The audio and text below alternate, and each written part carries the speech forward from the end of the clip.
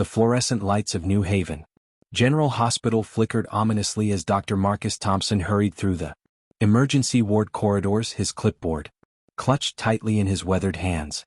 At 52, the CDC epidemiologist had seen his share of medical mysteries, but the reports flooding in from across the city sent chills down his spine.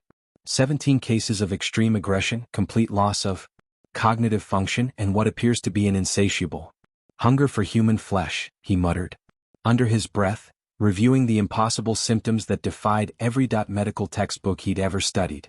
The first victim, a homeless man named Robert, had been brought in 3 hours ago after attacking a pedestrian with his bare teeth, and now 5 more patients exhibited identical behavior patterns. Dr. Thompson's years of experience tracking disease outbreaks told him this was no ordinary illness. Something far more sinister was spreading through New Haven's population. Meanwhile, 40 miles outside the city limits, Jake Rodriguez wiped sweat from his brow as he demonstrated wilderness survival techniques to his group of 12 enthusiastic students. The 38-year-old former Army Ranger had built his reputation on preparing civilians for extreme situations, but nothing in his extensive military training had prepared him for the emergency broadcast that suddenly interrupted their radio programming. "This is not a test," the automated voice announced with mechanical precision. "All residents of New Haven are advised to remain indoors and avoid contact with individuals displaying violent or erratic behavior. Emergency services are responding to multiple incidents across the metropolitan area." Jake's weathered face hardened as he recognized the serious undertones beneath the bureaucratic language. His instincts, honed by years of combat experience, screamed that something catastrophic was unfolding in the city below. Inside New Haven General Hospital, Nurse Amanda Wells rushed between patients with practiced efficiency, her 29 years of life having taught her to remain calm under pressure. The emergency ward had transformed into chaos within the span of 2 hours, with medical staff struggling to contain patients who seemed to have lost all semblance of humanity. "Dr. Thompson, we need you in room 4 immediately," she called out, her voice steady despite the terror growing in her chest. The patient, a middle-aged woman who had been completely normal upon arrival, now thrashed against her restraints with inhuman strength, her eyes glazed over with a milky film that seemed to reflect nothing but hunger. Amanda had seen drug-induced psychosis before, but this was different. These patients moved with a singular purpose that sent primal fear coursing through her veins. The woman's fingernails had grown long and sharp, and fresh blood stained her hospital gown, though no one could determine its source. Colonel James Mitchell, recently retired from his distinguished military career, sat in his downtown apartment watching news reports with growing alarm. At 45, the decorated officer had served in multiple combat zones, but the footage streaming across his television screen showed scenes that defied rational explanation. Citizens were attacking each other in broad daylight, emergency responders were being overwhelmed, and the city's infrastructure was beginning to collapse under the weight of unprecedented violence. His tactical mind immediately began analyzing the situation, supply lines, defensive positions, and evacuation routes, as he realized that his peaceful retirement had just come to an abrupt end. The emergency services radio on his desk crackled with increasingly desperate calls for backup, and Colonel Mitchell knew that his leadership experience would soon be desperately needed. Tyler Brooks, a 26-year-old software engineer working the night shift at a tech startup, noticed the first signs of trouble when internet traffic in the New Haven area began exhibiting unusual patterns. His computer screens displayed real-time data showing cellular networks becoming overloaded, emergency service communications spiking dramatically, and social media posts describing violent encounters that seemed too bizarre to be real. Tyler's analytical mind processed the information with growing dread. Whatever was happening in the city wasn't random violence but appeared to be spreading in a predictable pattern outward from several central points. His fingers flew across the keyboard as he attempted to track the progression, but the data painted a picture that his rational mind struggled to accept. The reports described people losing their humanity entirely, transforming into something that resembled the monsters from horror movies he'd watched as a child. As darkness fell over New Haven, the city's transformation accelerated with terrifying speed. Hospital security guards found themselves overwhelmed by patients who seemed impervious to pain. Emergency services received calls describing impossible scenarios, and ordinary citizens barricaded themselves in their homes as neighbors they'd known for years began hunting them with predatory intent. The outbreak had begun, and humanity's greatest battle for survival was about to commence, forever changing the lives of everyone who would witness the dawn of the end times. The morning sun cast long shadows across New Haven's deserted streets as panic spread through the city like wildfire, transforming the once bustling metropolis into a battlefield where survival meant making impossible choices. Dr. Marcus Thompson found himself trapped on the hospital's 7th floor with Amanda Wells and 14 other medical staff members, watching helplessly as the emergency ward below filled with infected patients who had somehow broken free from their restraints. The elevator shafts echoed with inhuman growls and the sound of fingernails scraping against metal doors, while the stairwells had become hunting grounds for those who were no longer human. "We need to reach the roof," Dr. Thompson whispered urgently to Amanda, his scientific mind racing to understand how the infection could spread so rapidly while his survival instincts screamed that they were running out of time. The hospital's backup generators hummed ominously in the distance, their fuel supply sufficient for maybe 12 more hours before the building would be plunged into darkness. 20 miles away, Jake Rodriguez had made the difficult decision to abandon his wilderness training camp and guide his students toward what he hoped would be safety in the city's residential district. His group of 12 had been reduced to 8 after 4 members panicked and fled into the woods during the night, their screams cutting through the darkness before abruptly falling silent. "Stay close, keep quiet, and trust your instincts," Jake instructed his remaining students as they moved through suburban neighborhoods where abandoned cars sat with their doors hanging open and windows shattered. The former Army Ranger's tactical experience told him that the infected were drawn to noise and movement, but his growing concern was the complete absence of any organized government response. Emergency broadcasts had ceased entirely, leaving only static where authoritative voices should have been coordinating evacuation efforts and providing crucial information about the nature of the threat they faced. Colonel James Mitchell had transformed his downtown apartment into a makeshift command center, using his military radio equipment to establish contact with scattered survivors across the city while tracking the infection's progression through systematic observation. His living room windows provided a strategic view of the main street below, where he witnessed scenes that challenged everything he thought he knew about human nature and warfare. Infected individuals moved with predatory precision, hunting in small groups and displaying coordination that suggested some form of primitive intelligence remained within their transformed minds. "This isn't random violence," he spoke into his radio microphone, addressing anyone who might be listening. "These things are learning, adapting, and they're getting smarter." His military training had taught him to analyze enemy behavior patterns, but these weren't enemy soldiers. They were former citizens who had been transformed into something that defied conventional tactical response. Tyler Brooks had barricaded himself inside his office building's server room, using the company's advanced computer systems to monitor communications networks and track the outbreaks spread through digital surveillance. His screens displayed a terrifying picture of societal collapse as cellular towers went offline one by one, internet traffic in affected areas dropped to zero, and emergency service communications became increasingly desperate before falling silent entirely. The young engineer's technical expertise allowed him to access traffic cameras, security systems, and communication networks throughout the city, providing him with a bird's-eye view of the chaos unfolding below.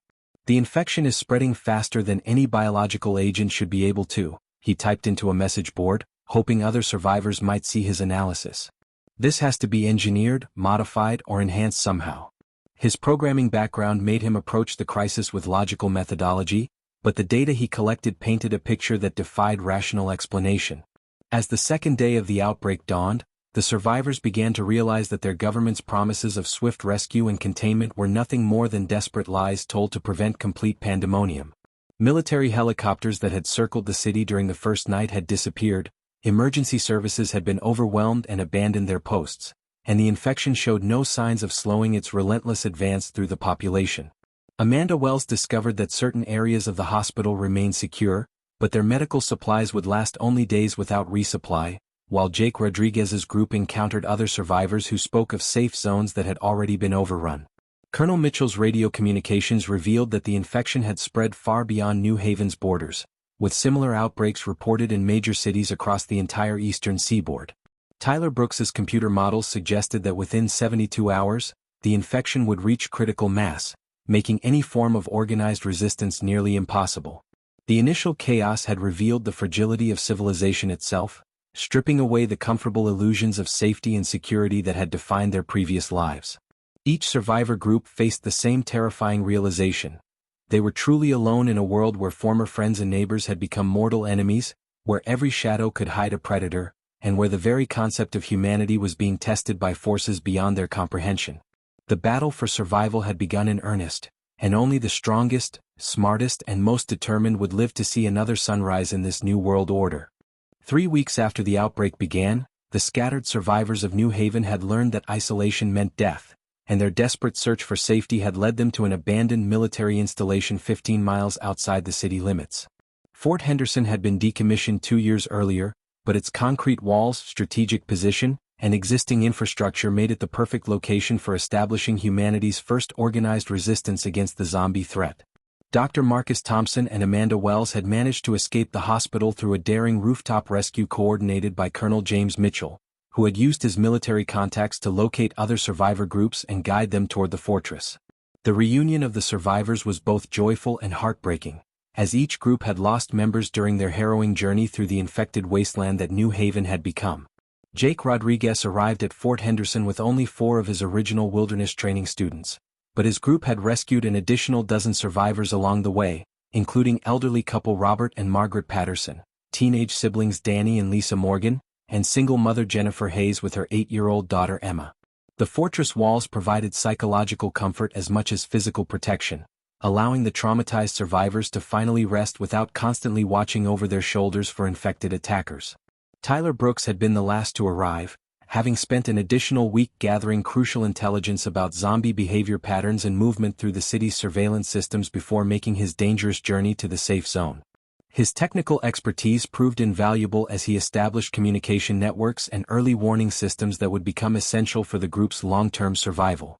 Colonel Mitchell naturally assumed leadership of the growing community, his military experience providing the organizational structure that 63 survivors needed to transform from a collection of frightened individuals into a cohesive survival unit. The fortress offered multiple advantages, including a deep well for fresh water, solar panels that Tyler had managed to repair and optimize, and storage areas that could house supplies for months if properly rationed. However, the Colonel's biggest challenge wasn't the infected threat outside the walls but managing the complex personalities and conflicting philosophies within their makeshift society. Dr. Thompson advocated for continuing research into the infection's origins and possible cures, while Jake Rodriguez insisted that their priority should be training everyone for combat and establishing secure supply lines to nearby abandoned towns. Amanda Wells found herself serving as the community's medical coordinator and unofficial counselor, helping survivors cope with the psychological trauma of losing their previous lives while adapting to the harsh realities of their new existence. Her nursing background made her invaluable for treating injuries and illnesses, but she also discovered a talent for mediating disputes between group members who struggled to accept the collaborative lifestyle that survival demanded. The fortress had become home to families with young children, elderly residents who required special care, and individuals from diverse backgrounds who had never imagined they would need to depend on strangers for their very survival. Tensions inevitably arose over resource allocation, work assignments, and the difficult decisions about whether to risk rescue missions for other survivors who might still be alive in the surrounding area. Tyler Brooks had transformed the fortress's old communications room into a high-tech command center, using salvaged equipment to monitor radio frequencies and track zombie movement patterns throughout the region. His computer models revealed disturbing intelligence about the infected population's behavior, suggesting that they were not simply mindless creatures but demonstrated learning capabilities and rudimentary problem-solving skills. The zombies had begun avoiding areas where survivors had successfully fought them off, indicating some form of collective memory or communication that conventional zombie mythology had never predicted. This discovery forced the group to reconsider their entire defensive strategy, as traditional fortification methods might prove inadequate against an enemy that could adapt and evolve its tactics. The establishment of Fort Henderson as a safe zone represented more than just physical survival. It marked the beginning of humanity's attempt to rebuild civilization according to new rules and values forged in the crucible of apocalyptic crisis. Dr. Thompson established a medical clinic and research laboratory. Jake Rodriguez organized training programs that taught civilians basic combat skills and survival techniques, and Colonel Mitchell implemented a democratic council system where important decisions would be made collectively rather than through military command structure. Amanda Wells created a school for the children and support groups for adults struggling with grief and trauma, while Tyler Brooks developed communication protocols that would allow them to contact other survivor groups who might be establishing similar safe zones elsewhere. As the sun set over Fort Henderson's protective walls, the survivors gathered for their evening meal and community meeting, sharing stories of their previous lives while planning for an uncertain future. They had learned that survival meant more than simply staying alive. It required maintaining their humanity, supporting each other through impossible circumstances, and believing that their small community could serve as a beacon of hope in a world that had seemingly lost all reason for optimism. The safe zone had been established, but the real test of their resilience was yet to come. The early morning mist hung heavy over Fort Henderson when Tyler Brooks's surveillance equipment detected the first signs of the approaching horde, thousands of infected individuals moving with terrifying coordination toward their safe zone sanctuary. His computer screens displayed heat signatures streaming through the forest like a dark river of death, their estimated arrival time calculated at less than 6 hours based on their relentless pace. "Colonel Mitchell, we have a problem," Tyler announced over the intercom system, his voice steady despite the magnitude of the threat bearing down on them. The zombie horde numbered approximately 3,000 infected, far exceeding their worst-case scenario planning, and their movement patterns suggested a level of tactical organization that challenged every assumption the survivors had made about their enemy's capabilities. Colonel Mitchell immediately activated the fortress's emergency protocols, transforming the peaceful community into a military operation where every person over 12 years old had a designated role in their defensive strategy. Jake Rodriguez took command of the perimeter defenses, positioning their 42 combat-capable survivors at strategic points along the fortress walls while Amanda Wells organized the medical station and evacuation procedures for non-combatants. Dr. Thompson worked frantically in his laboratory, hoping to complete his research into zombie weaknesses before the battle commenced, while Tyler Brooks coordinated communications and provided real-time intelligence about the horde's advancing position. The fortress that had seemed so secure just hours earlier now felt fragile against the overwhelming numbers approaching through the morning darkness. Jake Rodriguez's scouting missions during the previous weeks had revealed crucial information about zombie behavior patterns that would prove essential for their survival strategy. The infected moved fastest during cooler temperatures, showed heightened aggression when exposed to bright lights, and demonstrated pack-hunting instincts that made them formidable opponents even for trained fighters. His wilderness expertise had taught him to read natural signs and animal behavior, skills that translated surprisingly well to understanding their undead enemies. "They're not just mindless killers," he explained to his defensive team as they prepared their positions. "They remember pain, they avoid areas where they've been hurt before, and they seem to communicate through some form of chemical signals." This intelligence allowed the survivors to develop tactics that exploited zombie weaknesses while maximizing their own limited resources and firepower. The battle began at dawn when the first wave of infected emerged from the forest like a tsunami of clawing hands and snapping teeth, their unified assault testing every defensive measure the survivors had constructed. Amanda Wells coordinated the medical response from the fortress's central courtyard, treating wounded defenders while maintaining communication with families who had been moved to the underground bunkers for protection. Her nursing background had prepared her for medical emergencies, but nothing could have prepared her for the psychological impact of watching neighbors and friends fight for their lives against creatures that had once been human beings. The infected showed no mercy, no hesitation, and no fear of death, making them opponents who required constant vigilance and split-second decision-making from the exhausted defenders. Tyler Brooks's early warning systems and communication networks became the lifeline that kept the defensive operation coordinated as the battle raged throughout the morning hours. His technological solutions included motion sensors that detected zombie approach routes, improvised explosive devices that could be remotely detonated to create barriers, and radio communication that allowed different defensive teams to coordinate their efforts. The young engineer had discovered that zombies were sensitive to certain electromagnetic frequencies, allowing him to create sonic barriers that could temporarily disorient attacking groups and buy precious time for defenders to reposition or reload their weapons. His computer models predicted that the fortress could withstand the assault if they could survive the initial overwhelming surge, but the battle's outcome would depend on individual heroism and collective determination. Dr. Thompson's research proved invaluable when he discovered that infected individuals retained certain human reflexes that could be exploited during combat, particularly their instinctive reaction to sudden loud noises and bright flashes of light. His scientific approach to understanding the zombie threat had revealed that the infection didn't completely destroy the human nervous system but rather altered its function in ways that created both strengths and vulnerabilities. The doctor's findings allowed the defenders to develop more effective weapons and tactics, turning the tide of battle through knowledge rather than brute force. His medical expertise also proved crucial for treating bite wounds and preventing secondary infections that could prove fatal even if the primary zombie threat was eliminated. The first major battle tested every survivor's courage, resolve, and commitment to their community's survival, revealing heroes among ordinary people who had never imagined they possessed such strength.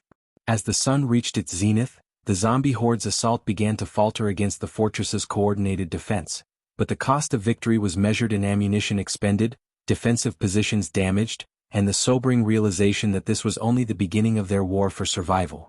The battle had proven that humans could triumph over the zombie threat through intelligence, cooperation, and determination, but it had also revealed the enormous challenges they would face in building a sustainable future in their transformed world. 2 weeks after their hard-fought victory against the zombie horde, Dr. Marcus Thompson made a breakthrough discovery that would change everything the survivors thought they knew about the infection ravaging their world.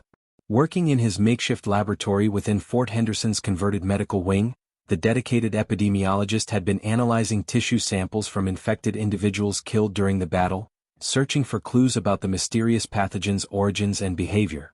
His microscopic examination revealed something that sent chills through his scientific understanding. The infection wasn't entirely natural but showed clear signs of genetic modification and enhancement that could only have been created in an advanced laboratory setting.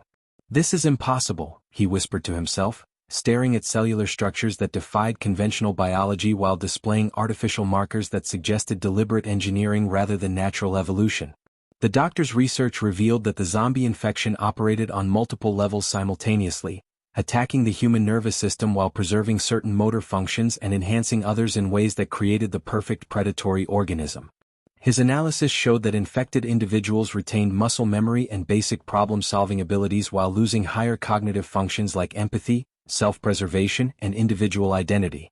Most disturbing was his discovery that the pathogen appeared to be designed with specific objectives in mind, creating creatures that would spread the infection efficiently while maintaining enough intelligence to hunt effectively but not enough to resist or organize against their creators. Dr. Thompson's decades of experience studying disease outbreaks had never prepared him for evidence of such sophisticated bioengineering, and the implications terrified him more than the zombies themselves. Meanwhile, Amanda Wells had been documenting something equally significant in her role as the community's medical coordinator. Certain survivors showed remarkable resistance to the infection even after direct exposure through bite wounds and contaminated blood. Her careful observations revealed that approximately 15% of their population displayed natural immunity, including teenage siblings Danny and Lisa Morgan, elderly resident Robert Patterson, and surprisingly 8-year-old Emma Hayes. These immune individuals showed no signs of infection despite circumstances that should have resulted in transformation, suggesting that genetic factors played a crucial role in determining susceptibility to the zombie pathogen. Amanda's nursing background had taught her to look for patterns in patient responses, and her documentation of immune survivors provided hope that humanity might possess natural defenses against their transformed enemies.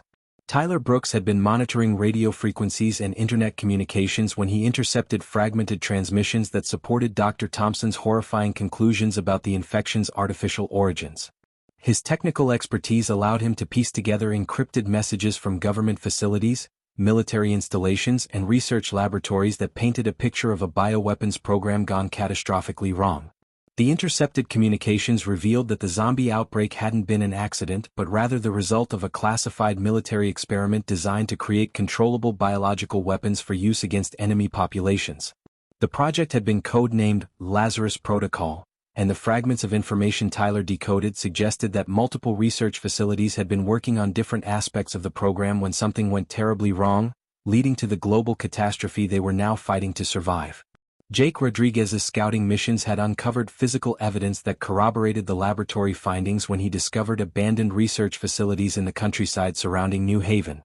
His wilderness expertise had led him to investigate unusual structures hidden in remote locations, where he found laboratories filled with sophisticated equipment, research documents, and most disturbing of all, containment areas that had obviously been designed to hold infected subjects for experimentation. The facilities showed signs of hasty evacuation, with valuable research materials left behind and security systems that had been deliberately sabotaged to prevent the information from falling into unauthorized hands. Jake's military training helped him recognize the strategic importance of these discoveries, but his human conscience struggled with the implications of what their own government had been willing to unleash upon the world. The convergence of these discoveries created a crisis of faith within the Fort Henderson community as survivors grappled with the realization that their apocalyptic nightmare had been deliberately created by the very institutions they had trusted to protect them. Dr. Thompson's scientific evidence, Amanda's medical observations, Tyler's intercepted communications, and Jake's physical discoveries all pointed to the same horrifying conclusion. The zombie outbreak was the result of human ambition and military experimentation rather than natural disaster or foreign attack. Colonel Mitchell found himself facing the most difficult leadership challenge of his career as he watched his community struggle to process the truth about their situation while maintaining the unity and determination necessary for their continued survival. The discovery that some survivors possessed natural immunity offered hope for humanity's future, but it also raised difficult questions about genetic testing, resource allocation, and the moral implications of treating immune individuals differently from those who remained vulnerable to infection. Amanda Wells advocated for protecting the immune survivors while using their blood samples for research. Dr. Thompson pushed for immediate expansion of his laboratory capabilities to develop treatments, and Tyler Brooks suggested that their immunity might be the key to rebuilding civilization in areas where the infection had been contained. The knowledge that their enemy had been created by human hands changed everything about their fight for survival, transforming their struggle from a battle against nature into a war against the consequences of unchecked scientific ambition. The morning that would forever change Fort Henderson's destiny began when Jake Rodriguez returned from a routine supply run with shocking news about another group of survivors who had chosen a drastically different path through the zombie apocalypse. His reconnaissance mission to the abandoned shopping district had revealed a thriving community of nearly 200 people who had somehow established a functioning society in the heart of what should have been the most dangerous infected territory. "They're not just surviving," Jake reported to the emergency council meeting, his weathered face grim with the moral implications of what he had witnessed. "They're thriving, but the methods they're using." His voice trailed off as he struggled to describe the disturbing scene he had encountered at the Riverside Mall complex, where former police chief David Carter had created a twisted version of civilization that challenged every principle the Fort Henderson survivors held sacred. David Carter's group had discovered that infected individuals could be controlled and manipulated through a combination of psychological conditioning, physical restraint, and calculated cruelty that turned zombies into unwilling servants for their human masters. The former police chief had embraced a philosophy of survival at any cost, establishing a hierarchy where the strong dominated the weak and moral considerations were abandoned in favor of practical effectiveness. His community used captured zombies as manual labor, perimeter guards, and even entertainment in gladiatorial contests that satisfied their need for violence while maintaining social order through fear and spectacle. Carter's people had comfortable living conditions, abundant food supplies, and security that rivaled Fort Henderson's defenses, but their success came at the price of treating infected individuals as disposable resources rather than victims of a terrible disease. The revelation of Carter's community created the most divisive moral crisis that Fort Henderson had faced since the outbreak began, splitting the survivors into factions that reflected fundamentally different philosophies about humanity's obligations during catastrophic times. Dr. Thompson argued passionately that using infected individuals as slaves was morally reprehensible and scientifically counterproductive, since his research suggested that some zombies might retain enough human consciousness to experience suffering.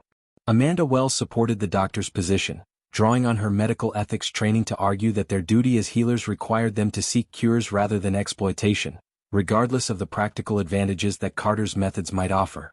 Her work with the immune survivors had shown her that the line between infected and human was more complex than simple categorization suggested, making the ethical implications of Carter's approach even more disturbing. Colonel Mitchell found himself torn between his military pragmatism and his personal moral convictions as he weighed the strategic advantages of forming an alliance with Carter's group against the ethical costs of compromising their community's values. His leadership experience had taught him that survival sometimes required difficult choices and uncomfortable compromises, but the reports from Jake's reconnaissance mission described practices that challenged his fundamental beliefs about human dignity and civilized behavior. The colonel's analysis of their tactical situation revealed that Carter's group possessed resources, manpower, and strategic positioning that could significantly improve Fort Henderson's chances of long-term survival, but accepting their alliance would mean abandoning the moral principles that had held their community together through the darkest times. Tyler Brooks approached the dilemma from a technological perspective, analyzing the long-term implications of Carter's methods for rebuilding human civilization after the zombie crisis ended. His computer models suggested that communities based on exploitation and cruelty would inevitably collapse from internal conflicts, while societies that maintained ethical standards would prove more stable and sustainable over time. However, his pragmatic engineering mind also recognized that their current resources and defensive capabilities might not be sufficient to survive the next major zombie assault without external support. The young engineer's intercepts of Carter's communications revealed that the rival group was actively recruiting other survivor communities through a combination of promises and threats, building a network of affiliated settlements that could dominate the entire region. Jake Rodriguez's military experience gave him unique insight into the character and capabilities of David Carter's organization, having observed their training methods, leadership structure, and operational procedures during his reconnaissance mission. His assessment revealed that Carter's people were highly disciplined, well-equipped, and tactically proficient, but their reliance on zombie labor and authoritarian control created vulnerabilities that could be exploited by enemies who understood their weaknesses. The former Army Ranger's instincts warned him that Carter's offer of alliance was likely a prelude to eventual conquest, as authoritarian leaders rarely tolerated independent communities that might challenge their authority or provide alternative models of governance. The community meetings that followed Jake's report became increasingly heated as families debated whether their children's safety justified accepting Carter's morally questionable methods, while single survivors argued about individual versus collective responsibility in extreme circumstances. The decision would define not only their immediate survival prospects but also the kind of society they hoped to rebuild from the ashes of their destroyed world, forcing every person in Fort Henderson to confront the fundamental question of whether humanity's better nature could survive the apocalypse or whether survival required abandoning their moral principles entirely. After 3 agonizing days of heated debate that threatened to tear their community apart, the Fort Henderson survivors reached a reluctant consensus to form a temporary alliance with David Carter's group when Tyler Brooks's surveillance systems detected an unprecedented zombie migration heading directly toward their region. The massive horde contained an estimated 15,000 infected individuals moving with the coordinated precision of a military formation, dwarfing any previous threat they had encountered and making their philosophical differences seem secondary to the immediate need for survival. Colonel Mitchell announced the decision to his assembled community with visible reluctance, emphasizing that their partnership with Carter's people would be strictly limited to the current crisis and would not require them to adopt or endorse the rival group's morally questionable methods. "We maintain our principles while we fight for our lives," he declared, though many survivors questioned whether such distinctions could survive the brutal realities of the approaching battle. The joint operation began with promise as both communities contributed their unique strengths to a coordinated defense strategy that combined Fort Henderson's technological advantages with Carter's superior manpower and unconventional tactics. Jake Rodriguez worked alongside Carter's military advisors to establish defensive positions that could channel the zombie horde into predetermined killing zones, while Tyler Brooks integrated his surveillance systems with Carter's communication networks to provide real-time intelligence about the approaching threat. Dr. Thompson reluctantly agreed to share his research findings about zombie behavior patterns and weaknesses, though he drew the line at participating in any operations that involved Carter's enslaved infected individuals. Amanda Wells established field medical stations that would serve both communities, focusing on her professional obligations while attempting to ignore the ethical compromises that their alliance required.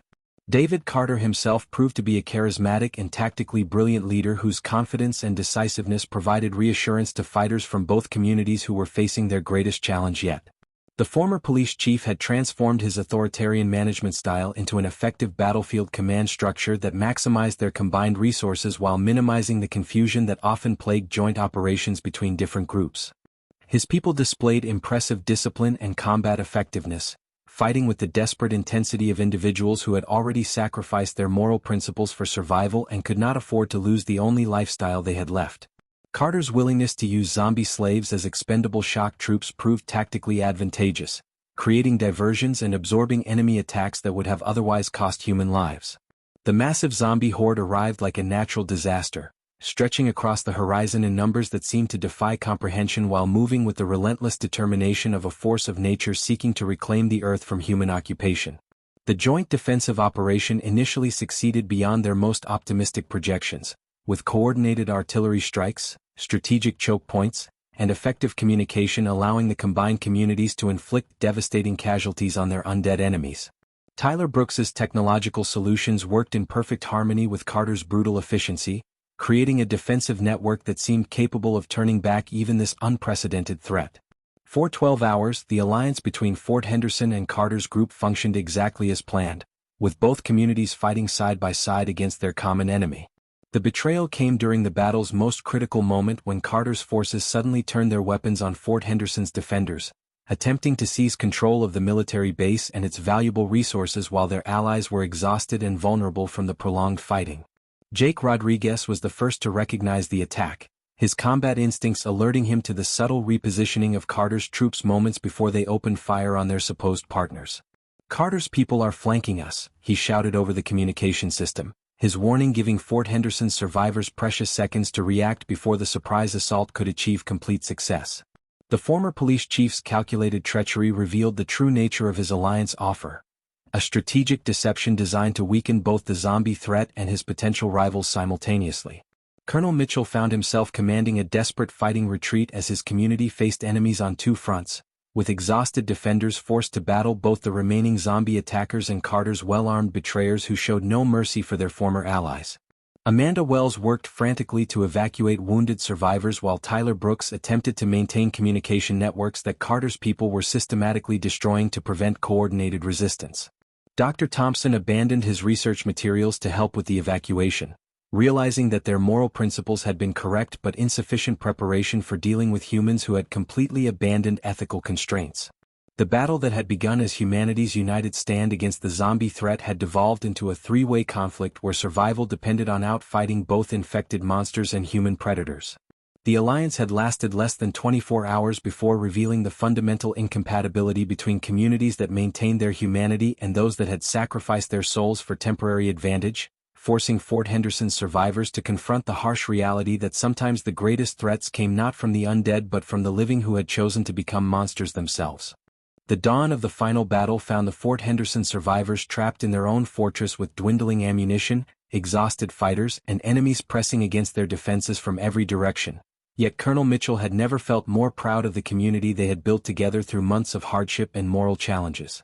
Tyler Brooks had managed to restore partial communication systems despite Carter's sabotage attempts, allowing the defenders to coordinate their last desperate strategy that would either secure their freedom or ensure their destruction alongside the principles they had refused to abandon. Dr. Thompson's research into zombie behavior patterns had revealed a crucial weakness that could be exploited if they possessed the courage to risk everything on a single coordinated assault, while Amanda Wells had organized the immune survivors into a special tactical unit whose natural resistance to infection made them invaluable for close-quarters combat operations. Jake Rodriguez studied the battlefield through his scope, calculating distances and angles while preparing for the most important shot of his military career. The plan that emerged from their emergency council meeting was audacious in its simplicity and terrifying in its requirements for perfect execution under impossible circumstances. Tyler Brooks had discovered that the massive zombie horde responded to electromagnetic frequencies in ways that could be manipulated through the fortress's communication equipment, potentially allowing them to redirect the infected away from their position while simultaneously luring Carter's forces into a trap of their own making. Dr. Thompson's analysis suggested that zombies retained enough pack-hunting instincts to prioritize targets that appeared most threatening, meaning that Carter's people could become the primary focus of zombie aggression if the proper signals were transmitted at precisely the right moment. The strategy required Fort Henderson's survivors to abandon their defensive positions and venture into the open battlefield, trusting their lives to scientific theory and the bonds of friendship that had sustained them through their darkest hours. Amanda Wells led the immune survivors in their most dangerous mission yet, using their natural resistance to infection as they moved through zombie-infested areas to plant Tyler's improvised signal devices at strategic locations around the battlefield.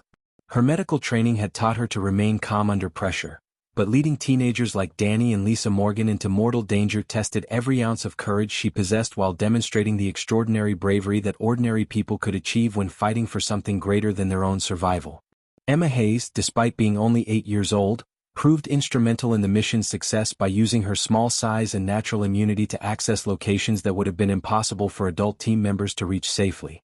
The immune survivors moved like ghosts through the chaos of battle, their presence undetected by infected individuals who seemed unable to perceive them as potential prey.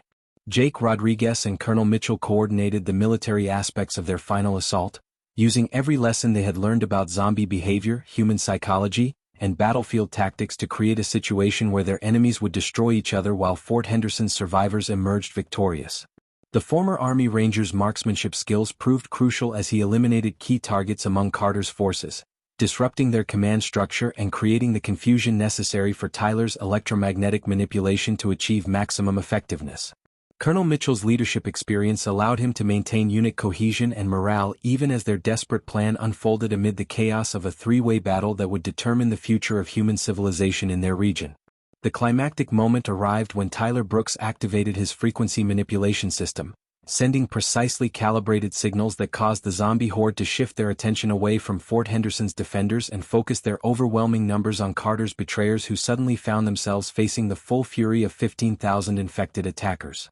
David Carter's authoritarian leadership structure collapsed under the pressure of unexpected zombie aggression, his people's discipline dissolving into panic as they realized that their former allies had turned the tables on their betrayal. Dr. Thompson watched from the fortress walls as his scientific theories proved correct, the zombie horde responding to Tyler's signals with the predictable behavior patterns that months of careful research had revealed, while Carter's community paid the ultimate price for their moral compromises and tactical treachery. The aftermath of the final battle found Fort Henderson's survivors standing victorious but forever changed by their experiences, having proven that human decency and scientific knowledge could triumph over both mindless destruction and calculated evil. The zombie threat in their region had been effectively eliminated through their coordinated strategy, while Carter's forces had been scattered or destroyed by the very creatures they had sought to enslave and exploit. Amanda Wells established medical treatment centers for the few survivors from Carter's group who had surrendered rather than fight to the bitter end, demonstrating the mercy and compassion that distinguished their community from their former enemies. Tyler Brooks began broadcasting radio signals to other survivor communities across the country, sharing the knowledge and hope that had sustained them through their darkest trials while offering assistance to anyone willing to rebuild civilization according to principles of cooperation rather than domination. As the sun set over their reclaimed fortress, the survivors of Fort Henderson gathered to honor their fallen friends while planning for a future that seemed brighter than anything they had dared imagine during the early days of the outbreak, knowing that their victory had proven humanity's capacity for resilience, growth, and redemption even in the face of apocalyptic destruction.